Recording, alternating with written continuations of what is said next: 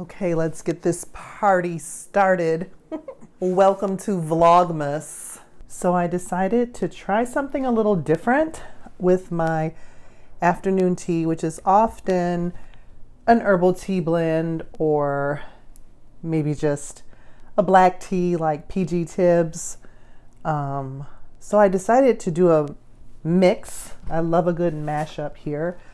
So what I put in my quart size mason jar was a blend of nettles, oat straw, cleavers, and ashwagandha, plus a tea bag of my PG Tibbs and a chunk of piloncillo and a cinnamon stick. So it is a definite mix up here of some English breakfast tea, some Western herbalism, and some Mexican unrefined cane sugar. So this is my mix. We'll see what it tastes like. Having tea with me.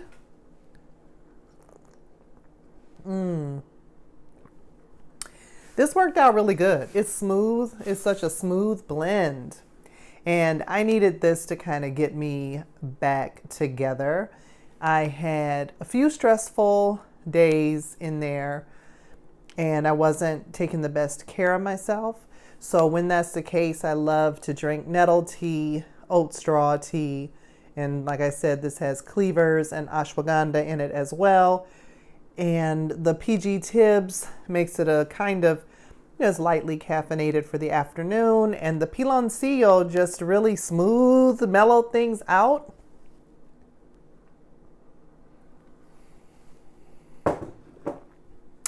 That might be a keeper. So what I wanted to do today is super casual. This will be my first time trying to vlog in a while. And in December, a lot of YouTubers do what is called Vlogmas, where they vlog every day between, I guess, the 1st of December and Christmas. I'm not about to guarantee all that. But I thought what I would do is share with you some herbal books I got from a variety of places. They're all previously loved. And, you know, they came to me very inexpensively or even free. Very appreciative of that. And I like to take a look at older books. Sometimes you find information that can be problematic about certain cultural word choices and things that are no longer acceptable or appropriate. But sometimes you can find information that is really helpful for rounding out your knowledge or, you know, piecing together and understanding how things came to be. Anyway, I'm going to share what I got. And this is super casual. Like I said, I literally have a stack of books here. And I'm just going to go through them one by one. I have forgotten what most of them are. I might have forgotten why I picked them up, but we shall see. So the first one here is this little slim book, very small, called Gardener's Magic and Other Old Wives' Lore by Bridget Boland. And the contents are right here on the back. It says, for love, to protect the garden, work in the garden, for the gardener, for a merry heart, for certain people, to take indoors, and original contribution to magic. So this is really interesting. Oh,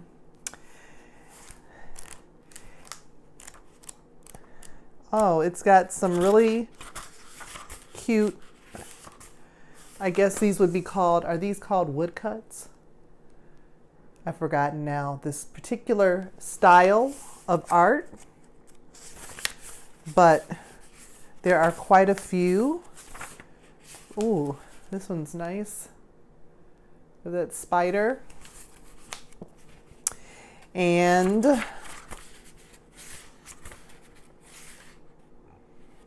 let's see what it says here. This is a sequel to the best-selling Old Wives' Lore for gardeners. It's both a paean to those gardeners in the past who passionately attributed magical powers to their plants, and a continuation of the dependable gardening hints offered in the first volume. How does one make a love potion, or use the man-shaped root of the mandrake to magical ends, or ensure protection from unfriendly words, savage dogs, and drunkenness? Okay. So this is going to be I think this is going to be a fun read. We'll see. A lot of these I might do a shelf life episode on to expand on them.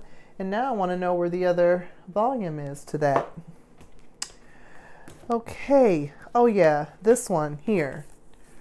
Herb Gardening for the Midwest. So I thought this was a very practical book to get. It's by Deborah Napke and Laura Peters. It is, one of those, what do you call it? Like glossary style, alphabetical books that has uses, harvesting, and processing. It says 300 of the best herbs for local gardens. Herbs add fragrance, beauty, and practicality to your garden, and it's easy to grow a wide variety of them just about anywhere here in the Midwest.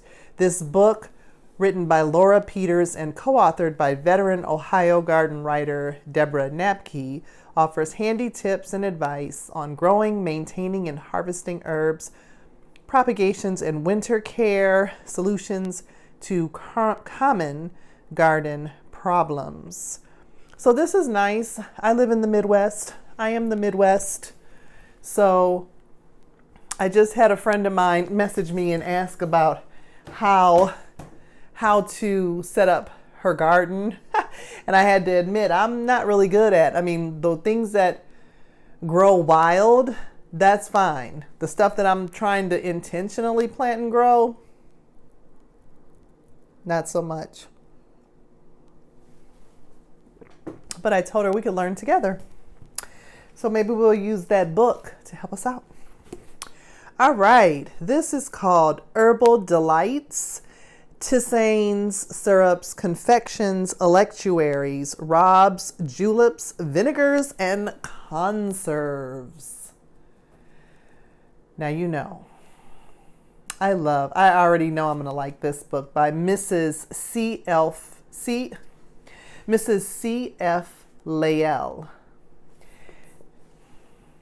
It says on the back, first published in 1937, Mrs. C.F. Layell's delightful encyclopedia of herbs and herb recipes is as relevant today as it was then. It is devoted to herbs for pleasure, for refreshment and decoration, and all the plants described give flavor and aroma to both food and drink.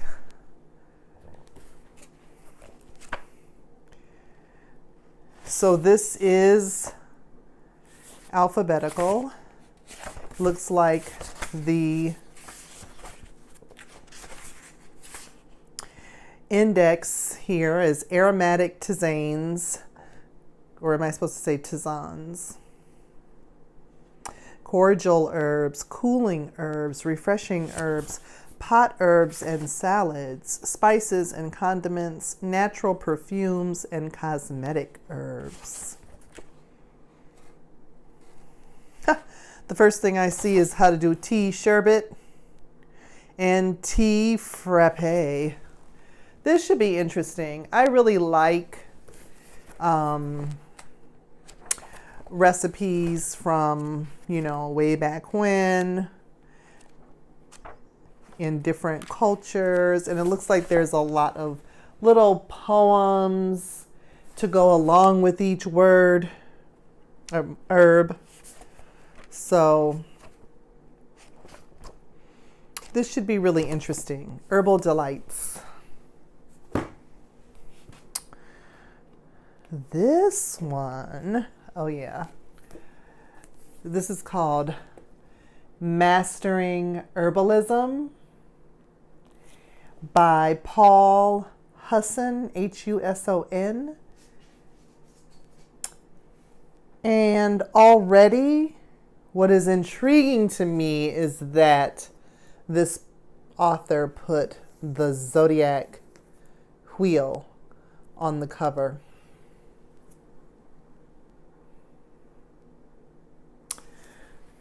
It says, does it say really what it's about? There's a lot of quotes on the back, but does it give a summary? Oh, this guy writes a lot about witchcraft. The Complete Guide to Tarot Books, the Coffee Table Book of Witchcraft and Demonology, and how to test and develop your ESP naturally. Let's see, when was this written?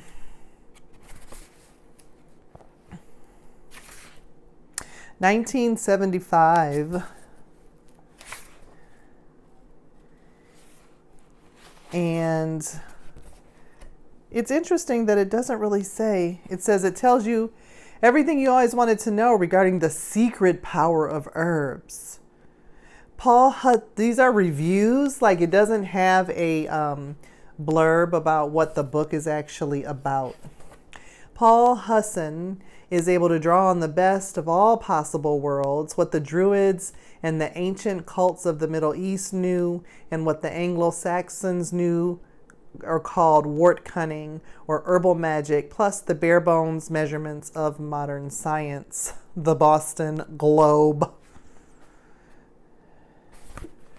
So, I don't know, this is going to be a surprise because, okay, all I know right here is already on page 296. We have a salve to enable one to see the fairies. Haha, you know I like this kind of reading here.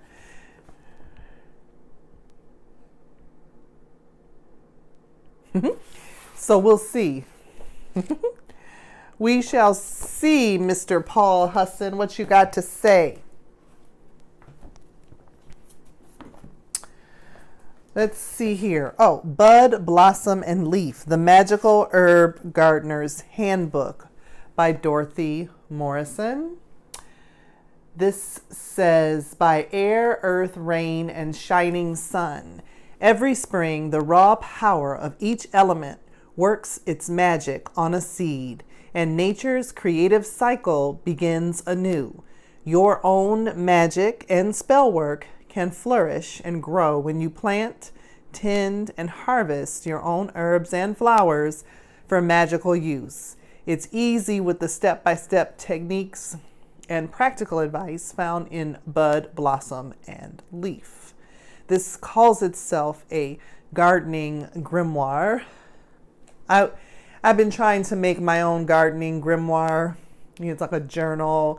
It has my history of what I planted, how it did, my hopes and dreams, for my garden plans to come. I don't know if it's quite a grimoire, like a spell book or recipe book, but we'll see. Maybe this will help me develop it more. So this should be very interesting. Herbalism from a Wiccan point of view, with an emphasis, it appears to be on magic as well as medicinal and practical techniques for growing. I can see right now that I might need to break this into 2 videos because we're at 13 minutes and I don't want to get too long. Well, I only have 2 more to go. 3 more, really. Okay, herbs and crystals DIY. Heal your mind and body and enhance your everyday life. This is by Allie Sands, who is the herbalist, master herbalist and founder of Aquarian Soul, which at the time, at what time?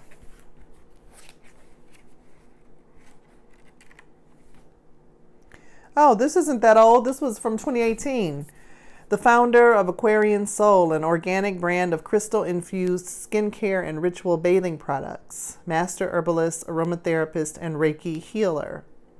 This shares her expertise on healing herbal properties, as well as how to effectively use over 20 different crystals, including amethyst, opal, and rose quartz. I do appreciate this herbs and crystals together.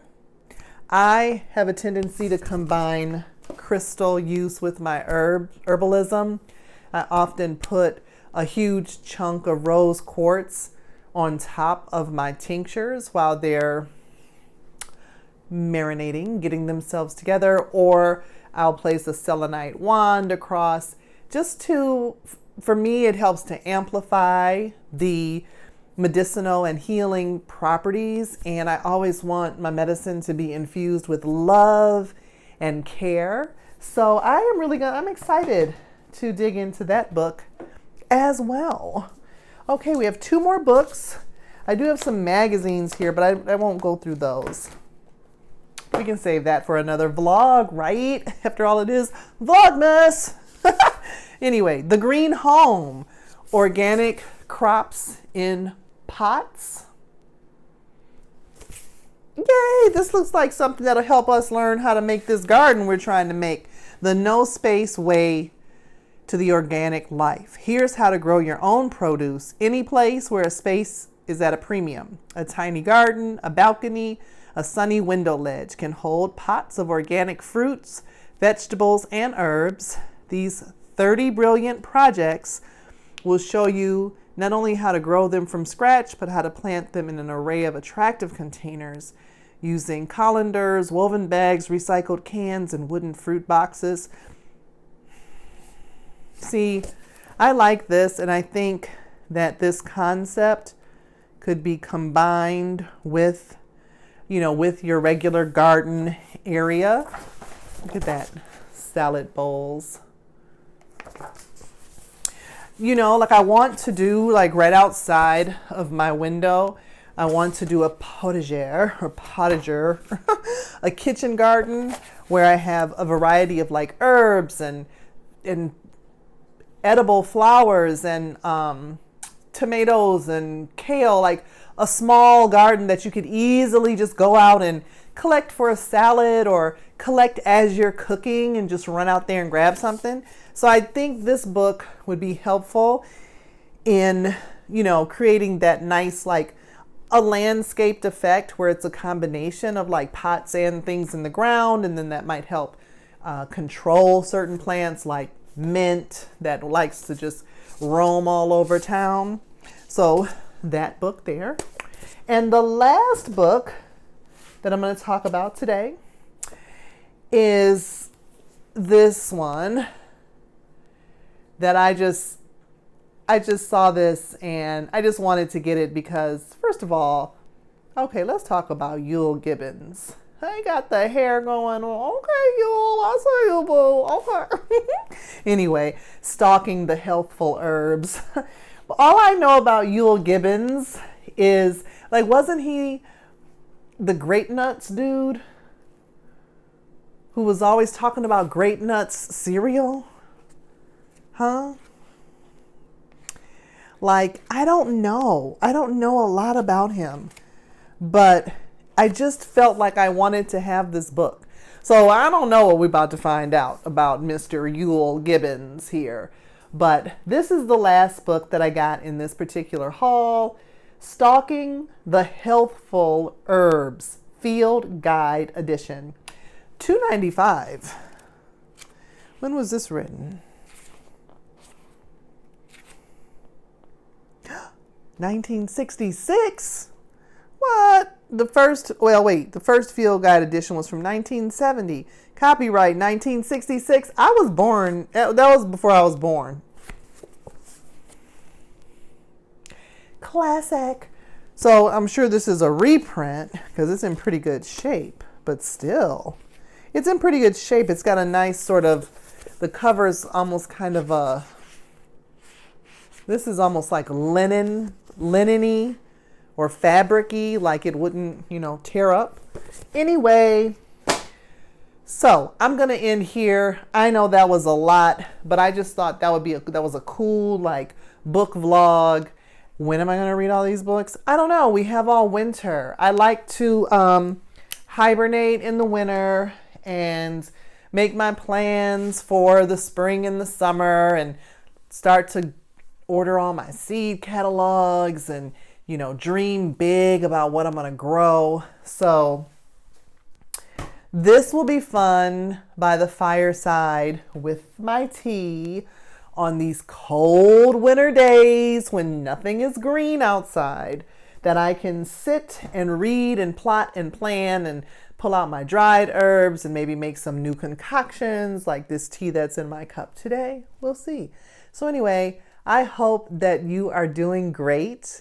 I hope you're safe and I hope you're warm. And please, take care. Until I see you in the next video. Peace.